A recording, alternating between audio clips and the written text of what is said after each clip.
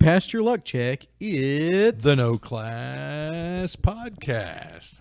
with your host Eddie And Matt. and the bravest dog in the world. Minnie. So Minnie will be keeping us company, hopefully dropping some bones and making some loud clattering noises for us while we enjoy podcast number 64. Wow. Awesome. We're getting there. It's easier to get up in the numbers for podcasts if you skip some like number 50. I like that. I like that a lot. Now, One day. You were in charge of organizing that, so how's that going? Oh, I didn't know that I was in charge of organizing You've that. been in charge of organizing it. Well, then it's happening. When is this happening exactly? Any minute now. Cool refreshment. Well, I tell you what, sound off, folks. How would you like to hear me and Eddie and some of our closest role-playing chums do a live cast of us playing the worst adventurers ever, the Half-Orcs? If you'd like that, let us know via all the various communications, such as noclasspodcast@gmail.com. .org.mil. Exactly. Or the Facebook, or Carrier Pigeon, or Telegraph, telephone. Telenurse. Exactly. Telenovela. All right. Well, you know what we start off with? What's that? The Long Con. You got any news? That is the greatest and most awesomest con in all of East Texas. You could branch out a little further than that. Okay. How about the Arklatex? Wow. Ooh la la. Okay. I'm throwing down the challenge right now. You know what? I love it. Do it. So we now have more and more and more special guests. For a con that swore years ago they would never have special guests, we have so many special guests. Some of y'all should already know we have Brendan LaSalle from, Goodman Games. I've heard of him. He made X-Crawl. He's running. And you should see what he did to Y. Bump, da-da-bump, bump. And he's written a number of really awesome adventures for DCC and other games, and just all around great guy. He's coming to this year's con as a special guest. David Beatty of Stiff Whiskers is coming, and he's the Weird Frontiers dude, and he also has written a number of really awesome adventures and helped write different games and supplements and things. And also we've got Sean Roberson. I've heard of him. Yeah. He's getting to be the Palladium guy, and he did riffs for Savage Worlds, which is awesome. His interpretation is just really, really, really solid. We've been playing some of that and having fun. So if you like Savage Worlds or Riffs, that's your draw right there. Yeah, or even Come on out. Even if you're a Palladium rifter, I think they're grooming him to be like the dude at Palladium, as I understand, but don't quote me on that. And then we have John Watson of Torg, the game, Torg, which is so awesome, but also he's written a number of adventures and supplements and stuff for other games. He has one adventure for Weird Frontiers that's really good. Hell Train, I believe. Yep. Really good. And it takes place in Jefferson, which I love that because that's close to us here in East Texas. So. But anyway, do we have anybody else coming? So our special guests. Yeah, we got John's boss at Torg. Wait, you have the tour guys coming? Yep. How did we make that happen? He did. Wow. John is the best. John is absolutely the best. But there's some other people that I'd like to consider special guests. Me. Yeah, exactly. Bad Mike's talking about coming, but that's still a little. It hasn't quite congealed there. Bill Barsh has made reference numerous times of coming. He says he's got plane tickets. Yeah. I'd hate to call him a liar, but Pacesetter Games, and once again, a lot of great products have come out of Pacesetter Games under his pen, and now his son as well as writing adventures, and I've heard good things. Ben. Yeah, that's a good thing to hear. Yeah. It's good to hear good things. Yeah, duh. Anyway, we got a lot of people coming, but a lot of the usual people. Adrian Compton always runs games that people just love, love, love. Adrian's put in games. Her 5th edition stuff's solid. And there's a lot of other people. Matt Couch is coming, and he always runs some fun games that are DCC products. So, I'm looking at the lineup, and we've got some Savage World games in, so that's cool. We got some Savage Worlds, some 5e, a lot of DCC stuff, the Space Crawl, Star Crawl, this crawl, that crawl, all the crawls. So just between you and I, listener, we need to move some of these badges. Yeah. That they need to pick up. Yep. Our sale numbers are not even what they're usually at around this time. Yeah. So if you haven't bought your badge yet, now would be a fantastic time to do it. If you haven't told everybody around you in your friends and family circle that they should get a badge, this is a fantastic time to do it. Because if we can't hit our numbers, I don't know if Matt's going to let me keep this thing going. And you know, I have no problem putting a bullet in a con's head. Go ask Red River. Oh, you can't. It's dead. But I will say that I love this con, and I love the people that come. And, you know, I want to see this thing keep going. And I made a solemn, you know, vow, whatever, we will get to 200. So help us make that happen. You don't want to know what happens to Matt if we don't hit 200. This is true. This is true. There will be nipple rings. Exactly. But the other thing, the other pressure to put on you is this is our first time with this hotel. So we need to show up and show out for them. So they're like, oh, these guys are great. We want them to come back. You know, you never get a second chance to make a first impression. All of us need to make a really good first impression. And so, we want to blow their skirt up so that we can have a long relationship with them and keep this con going. So, I mean, literally tell your friends that are gamers, like, dude, support local gaming. You know, we have a con. It's a whole weekend of gaming. It's like all the cake you could want, or all the barbecue. I mean, it's just like, ooh la la, a whole weekend of gaming. So keep in mind, we organize this thing, but the con is what you make it. Yep. So if there's no games on the schedule, it's because you didn't put any games in. So please come and put in some games. Games help sell badges. Badges sell people putting in games, and games sell people putting in badges. So there you go. We've seen this over 6 years now. That's this vicious cycle of like, well, I'd buy a ticket, but there's no games posted. Well, there's no games posted, so I won't buy a ticket. It's like, we gotta have some games showing. Then we'll sell tickets. As we sell tickets, more games will come in. It's just, that's how it plays out every time. And I know it feels like it's still a little while down the road, but basically it's 4 months till badge sales end. So no reason to not do it now. Yeah. Plus, the more cash that we've got on hand, we know, okay, this is how much swag we need to get. This is how much stuff we can give back to you. I'm glad Eddie said it. I was just about to say, if everybody piles in at the end, it's too late to reach out to that place in China and have all the cool things made that we want to make, because we love giving stuff to you guys. If anybody remembers last few years, we've given away like a pile of stuff, like a stack, like here's a board game and this and this, you know. And so if we don't know till the last minute, that's too late to order crap, you know. And apparently the hot popular thing that people want, as told to us on our Twitch show, is magnets. Yeah. So magnets, you'll get them. But we might even have another little secret or two in our back pockets. You never know. But that's if we have an idea of our numbers sooner than later. Anyway. But anyway, good times with the long con. Yeah. It's gonna be good. It's gonna be great. It's gonna be awesome. All right. Unless you've got something else you want to talk about, we'll get into the pop culture world. Let's get it popping. All right. First comes books and comic books, as you know. All right. So you had recently encouraged me to read Rage More, and you were kind enough to let me borrow your copies of the comic.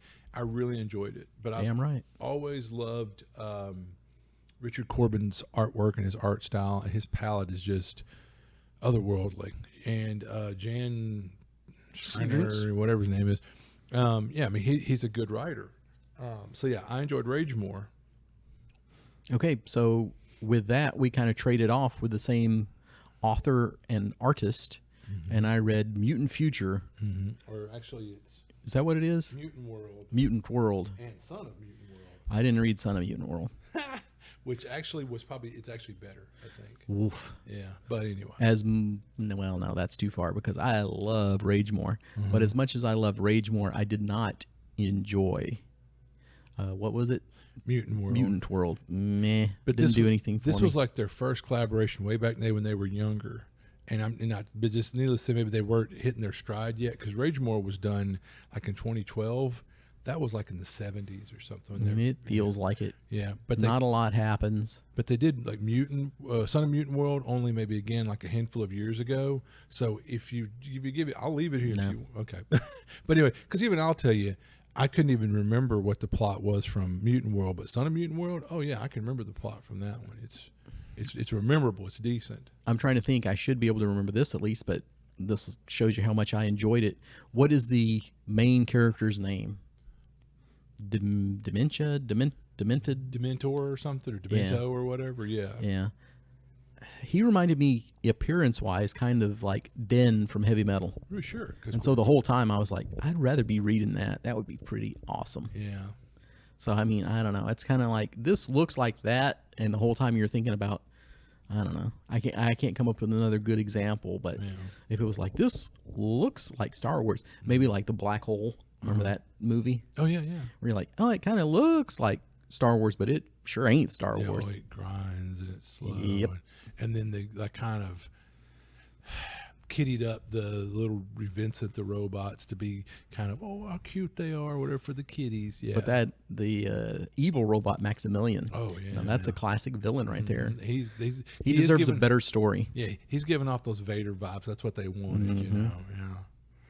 But I haven't thought about that movie in a minute. But no, I will say is it's I don't blame you because the first, I guess I didn't think to qualify that, but yeah, the first part's pretty meh.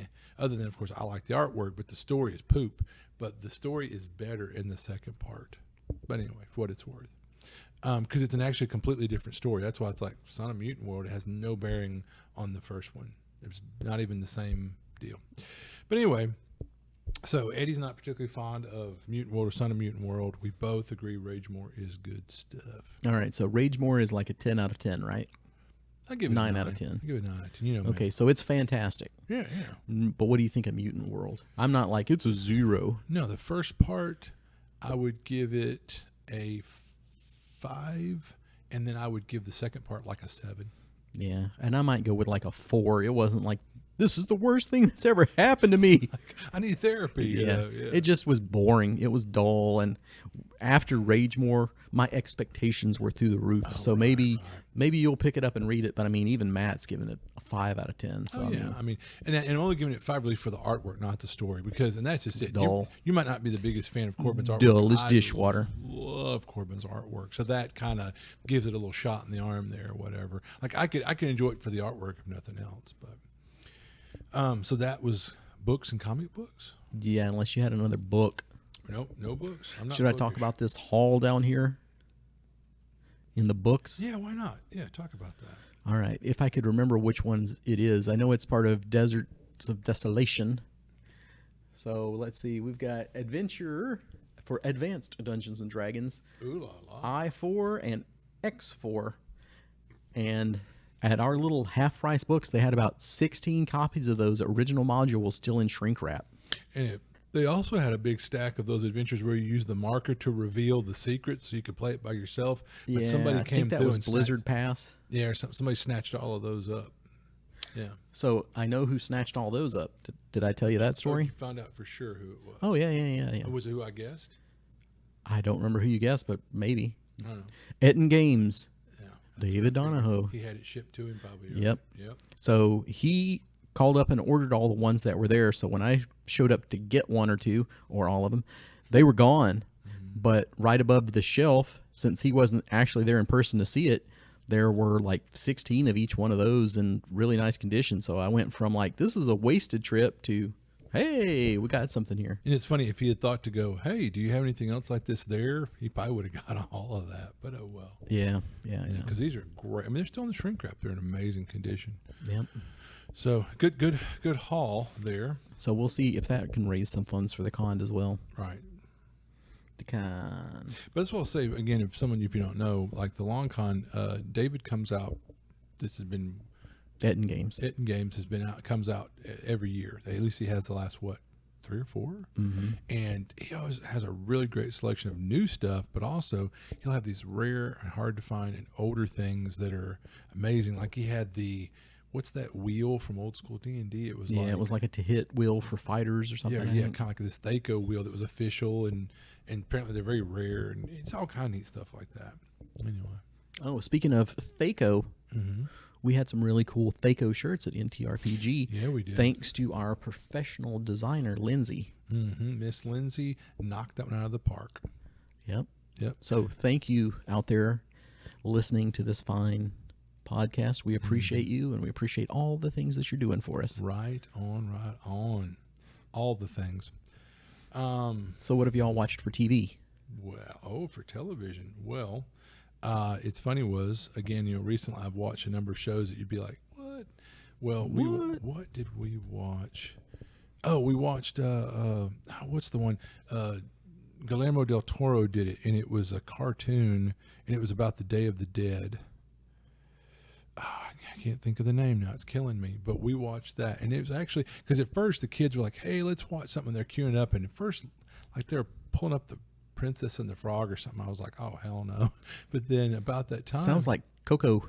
No, on Coco. Disney. Yeah, but not Del Toro, probably. Kids, pulled up this, and it's called, God, I can't think what it's called. It's killing me. But anyway, but when the kid was pulling it up, and I saw by Guillermo del Toro, By Menon. I'm like, I'm in, because Guillermo del Toro, he's great. He's the guy that did your Pacific Rim, your Jam, and but I'm trying to think of the one that came Pan's after that. Labyrinth or whatever, and there was the one that was kind of Lovecraftian. Well, he did that the was one the house in red. I knew you were going to mention the kid from Radcliffe was in it, and it was like the first thing he did, I think, after Harry Potter, and it tanked hard.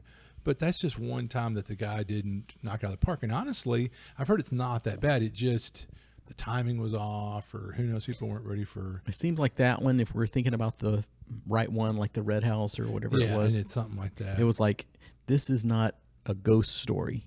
It's a story that has ghosts. And one of the characters says that right at the beginning.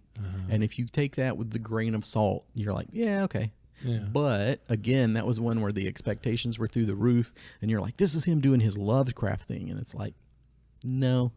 So if you have lower expectations, you can probably have a pretty good time with that movie. But regardless, even though obviously it's a cartoon for children, but it's really a neat story, and the visuals are awesome because it's Guillermo del Toro or whatever. But anyway, I enjoyed it. If I can remember what the name Guillermo. Yeah, Guillermo. I have a hard time, but I can roll my R's pretty good. What We Do in the Shadows. So what about you? Guillermo. Yeah. I have been watching the same old stuff. So I will go to this one first. The Boys. I think they just did 6, and episode 7 will come out tomorrow. Episode 6 had an incredible fight scene to it. So all these times when it's been like, we're going to blackmail you to get out of this, now all the action scenes are really coming around, and you're getting those good fights. So I enjoyed that quite a bit, and so did Matt while he plays on his phone. No, I was trying to look up that movie. Absolutely. But no, I was going to say, you brought it up, but yeah, The Boys, I think I'm up to date, because it was called Herogasm was the most recent one, and that was really cool. But it's like the deal with the devil, it's like now they've allied with another jerk to beat up the original jerk, and it's kind of like, what do you do? But the Herogasm in the comics, of course, as everything in the comics, was much, much worse. As like even that much more extreme. So enjoy it with caution. The other thing that I've been watching is Handmaid's Tale. Oh. So I think I might have brought Matt around on that one, since that was a big point of interest in the last one where Matt was making faces at us, and unfortunately we don't have him on video for that. Right. So I guess we'll say he thought it had he was told it had some political leanings, which I think we've come around to rest. And it's one of those things in this day and age. Book of Life, the Book of Life from 2014. That was the cartoon. The Walk of Life. Yeah. But no, I might check that out. The Handmaid's Tale. It's on Hulu, right? Yeah. Not that we get political here, but I think it's trying to become political again right now. No. So you better watch it before it finds some other way to be political. Of course. But I'm enjoying it. I think I'm about to start season 4. Wow. Which I think 4 is where they're at, and they've either filmed 5 or they're working on 5, and I think that might be where it ends at. Yeah, again, that's I think the star is the gal that shined so brightly in Mad Men. Mad Men. What's her name? Elizabeth Moss. Okay. Elizabeth Moss. Elizabeth. Yeah. Who else is in it? Anybody we know? Hey, don't worry about it. Fair Don't worry enough. about who's in it. Okay. Watch it and find out for yourself. Okay. All right then. Typical. Don't worry about it. Typical. This guy. I can't think of anybody that you'd be like, oh yeah, That guy. He's awesome. All right. Yeah. So, some newcomers, some old timers from stuff that I don't know, but lots of good acting. Fine quality acting. Mm-hmm. Highly recommended. Use your referral code, No Class Podcast, on Hulu to get your free 30-second trial. Speaking of short trials, but yeah, go ahead. So, any other shows? Yeah, like you said, episode the boys or whatever. Watch that. That was good. They're back in town. Yeah, the boys are back. The boys are back. And I told y'all, we talked about the Book of Life and now The Handmaid's Tale. And now Minnie is snoring under Matt's chair. Which is awesome when she's not licking my heel. Tee-hee. Oh, TV shows. Okay. Are we talking? We are still talking TV. Yeah. TV. Strange New World, Star Trek. Strange I've been really enjoying it. World. I'm about 4 episodes in, and I really liked it. Is that a prequel? Yeah. Is that like first generation? Well, I think the very first one had good old Quantum Leap in it, where that was like when the Vulcans had first showed up or whatever. Scott Bakula. Yeah, Scott Bakula, thank you. And that was like the first thing. But this is... Has it got Pike? Yeah. And so I'm showing my nerd lore. I love the old original Star Trek. And so if you know all your Star Trek lore, I've always said I'm not really a Star Trek guy, but maybe I'm trying to be too cool for school because I do know... Are you pulling one of mine? You'll go, I'm not that big a fan. Then you'll tell me the whole litany and history. And so the original Star Trek, Gene Roddenberry was ahead of his time. You know, he wanted to have a multi-ethnic cast, which he had Uhura. I think that had the first multiracial kiss on TV was Uhura and Captain Kirk. And a super realistic Russian. Yeah. And so he originally wanted his first mate, his right-hand man, to be a woman. But they were like, this is the 60s. No, you can't do that. So Dr. Spock was. But the original pilot had this guy who played Pike, who was going to be the original captain and all that. Well, then later they incorporated that into the story later where they had Pike show up in that weird little rolling plastic thing with little lights that flashed on it. And he was accusing Spock, you know, of whatever. So anyway, so interestingly enough, these are those characters. If you go back and we get to see their story play out, supposedly, You know how it's going to end up. Yeah, right. And that's interesting. They've incorporated that into it. Like every so often, he'll be doing something, he'll say something, and the memory will pop in his head that he's seen the foreshadowing himself, which is a whole thing. I won't spoil it for you, but he'll kind of almost spill the drink or drop the decanter of Dimethian ale or whatever, you know. But the characters are good. The writing's pretty good. I'm pleasantly surprised. I'll put it that way, because going in anything anymore, I'm so leery. And no, yeah, I like it. Does he get to fly an X-wing? He does. It's the awesomest thing. Wow, good. He pulls out his lightsaber. You know. Well, as long as it's got R2-D2. Exactly. But no, and I'll say that what's fun is to see that the effects and the computer stuff looks way better than a panel of flashing lights from the 60s. But I like the uniforms, or like a throwback to those uniforms on the original Star Trek. And when I see that, I'm sorry, I just kind of go, and they have like the Galileo. You remember the shuttle that they would use, and sometimes. And so it's really fun to see the Galileo. And then, did you ever watch the cartoon? Maybe once or twice, but yeah, no. Cartoon didn't do it for you? Not really. How about you? That's the foggiest of memories right there. Yeah, it's a long time ago. I even had the little phaser that shot the little plastic discs or whatever, And I hope Gary was okay. Yeah, no, I shot him right in the face. But anyway. Double R. Old double R. But yeah, so that was, I'm watching Star Trek Strange New Worlds. I'm enjoying it. Let me know what you think in the comments somewhere. Email me or, whatever. Curse upon the winds and maybe it'll carry to me. We can only hope. And then, this, but yeah, there are 200 plus hours of Transformers on Pluto. which is a streaming planet? service. Yeah. On the streaming service Pluto, Not going that far. there are 200 plus hours of Transformers. And from what I've heard, there are more than meets the eye. I get that reference. Yeah. If anyone would, it would be you.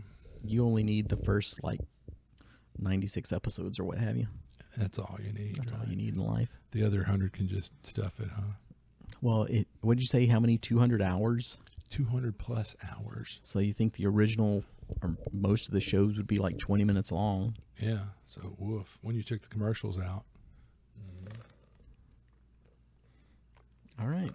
Next would come your favorite video games. Dun dun dun. You got nothing, do you? Zip bupkis nada. So I am once again playing Sekiro Shadows Die Twice, which is the only FromSoft Soulsborne type game that's left that I have not beaten. You've not conquered it. Yep. So I'm giving it another try. I've already thrown my hands down in disgust previously a couple of years ago when it came out, admitted defeat. So now I'm back in the ring To take another swing. to take another swing. Uh-oh. And hopefully the walls won't be shaken. But we'll see. I have not gotten as far in this play as I've got in the previous one, but I am doing better. I don't know why. Maybe I expect some of that brutality. There's still some stuff that I'm like, oh yeah, I remember right here there's going to be a really tricky part. So I guess I have some awareness on that too. Is this the one where you can point the guy, go, and you can call them out, challenge Nope. them?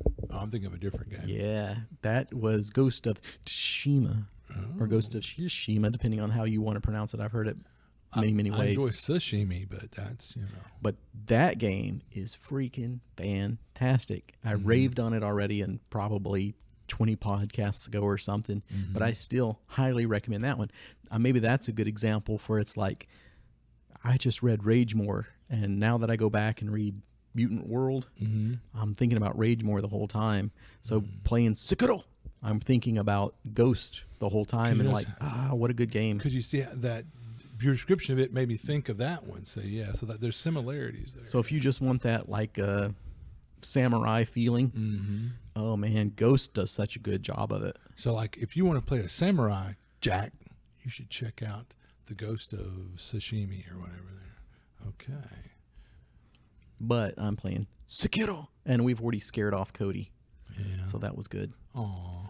He was like, I don't know, man, because you can't really level grind in it and be like, now I've got 2,000 hit points, try and kill me. Yeah. Nope. You level up, but at points that they determine. Wow. It's like once you get 4 of these prayer beads that you get from beating little bosses, What do you do with the beads? you put them up there. Okay. Way up there up to there. level up. Okay. And that's where your stamina and hit points get longer and harder to beat. Video cast. See, if only you guys could see Matt right now. You know what you were saying, But you can't just go out and grind and buy up your levels and buy up your hit points. you're long and hard, but you can't grind. Exactly. Oh, You my have no goodness. stamina for such things.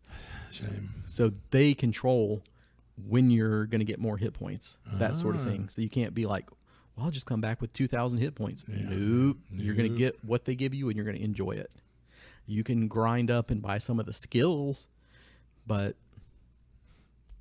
you can only get so good. This is the game that you have to get good. You can't summon anybody else to do it It's for not you. about your character, it's about you. Yeah. Yeah. You can't summon anybody online to come in and do it for you. You can't grind up your gear. So you're like, I've got all this stuff. Nope. You got to get good. So we'll see. Interesting. I've never got good. I've just found the ways of cheating. So with all the Elden Rings and such, it's like, hey, now that I have the plus 26 sword, Yeah. I'll beat whatever I want. Mm-hmm. Beat it like it owes me money. That's right. Where's my money? And that's, Dying Light 2. I don't know. Have you run out and picked that up yet? Not yet, but it's definitely on my to-do list. All right. Take it off of your list. Really? It's pretty meh overall. wow. I definitely, You were initially raving about it. yeah, so you would buy it, but you didn't fall into that trap yet, so Do you get dividends or something? I do. Well, for what it's worth, I think right now, currently, there's a worldwide competition going on for the most decapitations Ooh. and dismemberments. So Well, maybe if I'd had somebody to play it with, it would have been more fun. it's always fun to have someone to play with. Mm-hmm. Yep. Did I miss movies? Yes, apparently you did. Awesome. Did you want to talk about a movie? Yes. Mad God. Yeah. See, you already built it up. I was hoping for Mad Max. Exactly. Mad God, it's stop motion. Stop. I know, motion. It was started in the 1980s.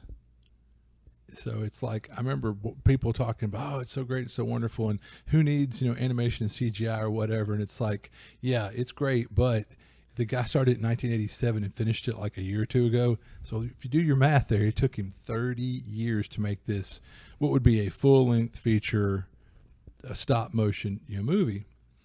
All right, Fergie, he's sending me something and it's blocking my notes. Anyway, the guy who did it, his name is Phil Tippett, and it's gory. It has body horror, but the visuals are amazing. I will say that, I mean, it points it was hard to watch. I'll put it that way. But I keep thinking, well, this is just animation. It's not real. But he really got into the gore and the body horror and stuff, and it's kind of trippy. You know what I mean? So I could see where a lot of people, it's not going to be your cup of tea. Even me, I was like, like, I'm not going to run out and watch this again. But in the moment watching it, the visuals, I was blown away. In the back of your mind, you're like, a guy did this all stop motion. It was kind of like, wow, And then you kind of think, what's going on between this guy's ears? Because, I mean, this is some pretty whacked out crap. But anyway, your mileage may vary. But if you're not put off by gore, body horror, whatever, visuals are really interesting. There's no dialogue, and there's basically three characters that you're kind of following around throughout it. The first guy is the assassin, and then it's like the surgeon, and then it's the alchemist or something. But these little characters, anyway, it's interesting, So Highly recommended. Oh, you can watch it on Shudder, and you can get a free 1-week trial of Shudder just before you just go pay for Shudder. Look online, you can find like a free week's trial. So wink, wink, you can watch it for free. Looking out for you, buddies. Anyway. All right. Any other movies? That is it for movies, I think. Right. Yeah. All right. All right. Anything else in general? No, not in general. Anything else not in general? So we were talking There earlier was. about murder hobos. Mm-hmm. And how much we just dearly love murder hobos. Mm-hmm. So I will say it's something that's been part of the game probably since the beginning. I mean, there's some players that like, I had a tough day at school or at work. I mean, I just want to kill some monsters and take their loot. And I get that, but, and I think we've talked about this before. I don't know if we talked about it on the podcast, but there was a time when I really feel like D&D was a thinking man's game, as they say. Oh, Grandpa. I know. Back in my day, we did think uphill both ways and we liked it.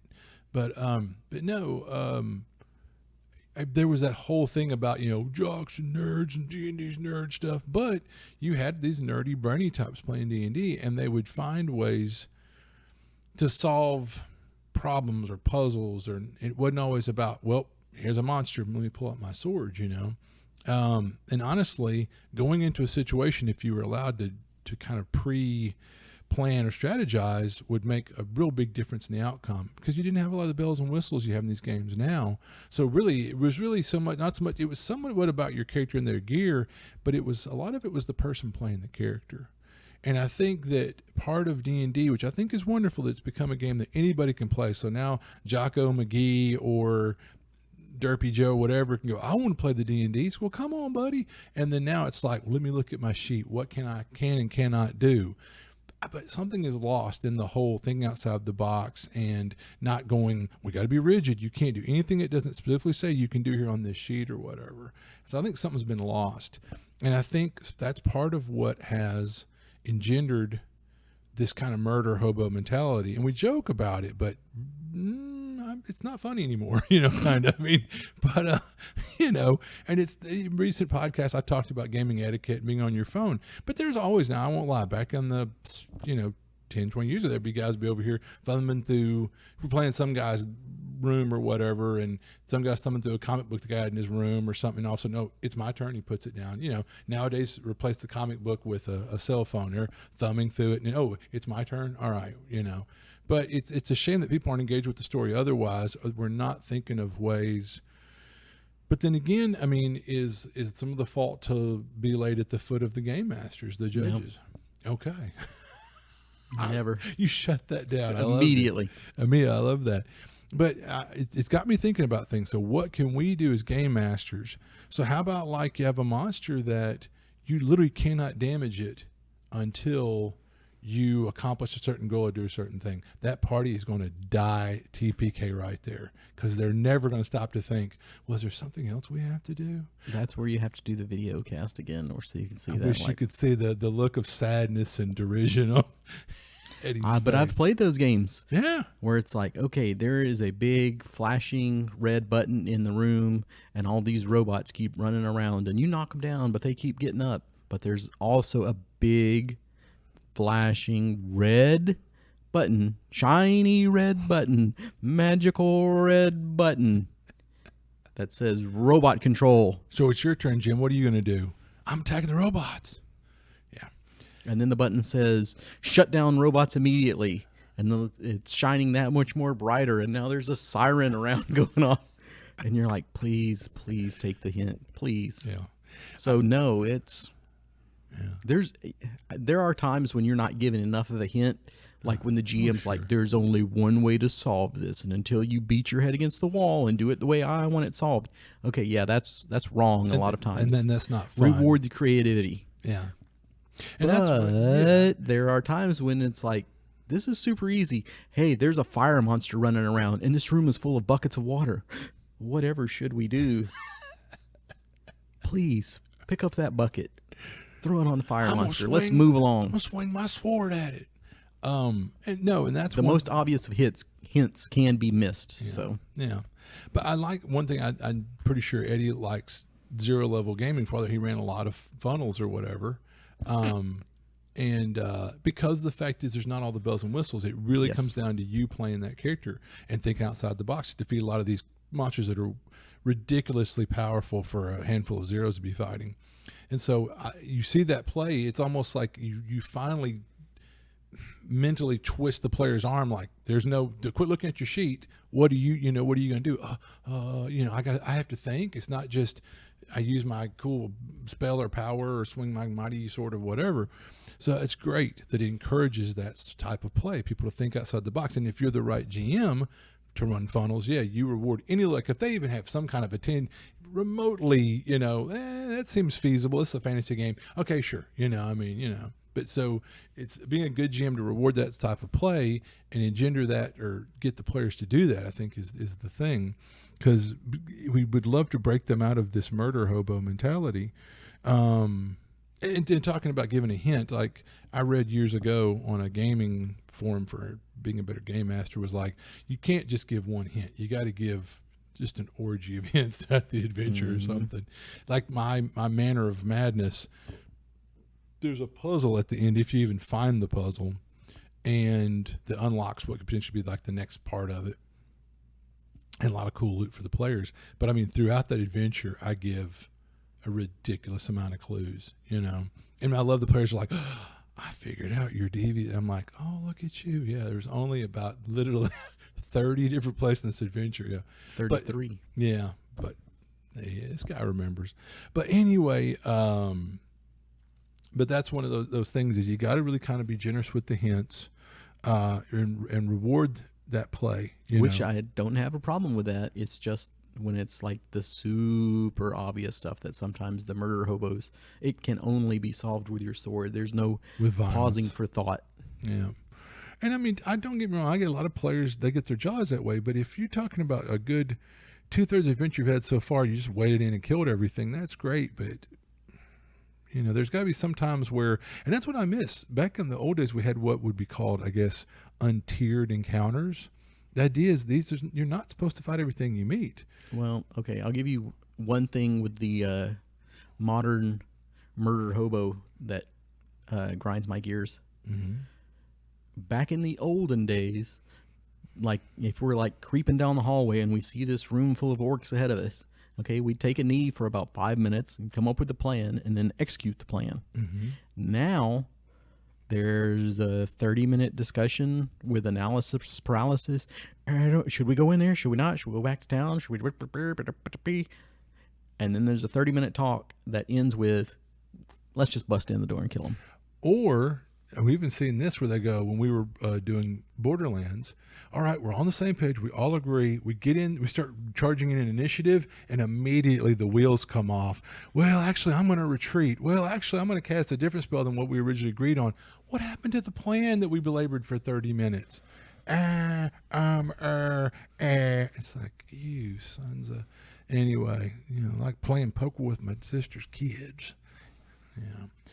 So anyway, oh well, I have a headache now just thinking about it. But yeah, but that's the thing is we need to learn to maybe be creative. Why is it always got to be, kill it with your sword or throw a fireball at it, And you don't want to be the game master on nothing. It's like, all right, I'm going to make everything fireproof, because you're like, come on, man. But, branch out, be creative.